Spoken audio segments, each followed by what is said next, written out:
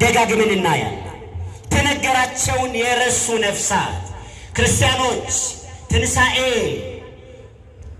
ወደ ማስታወስ ወደ ህሊና ብቻ ሳይሆን ወደ ማሸነፍ የመጣንበት ነው።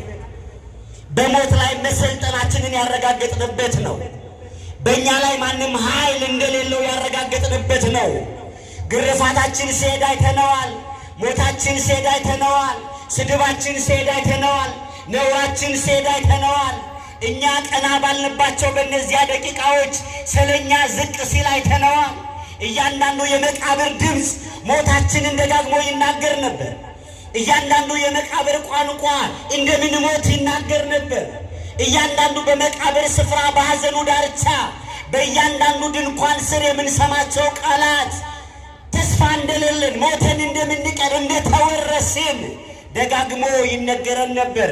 በዚያ በታላቁ ትንሣኤ ግን ታላቁ የተመረጠው ጳውሎስ እንዳለው ሞት ሆይ መውጊያ የት አለ? ይሄንን ድምፅ የሰማነው በትንሣኤ ነው።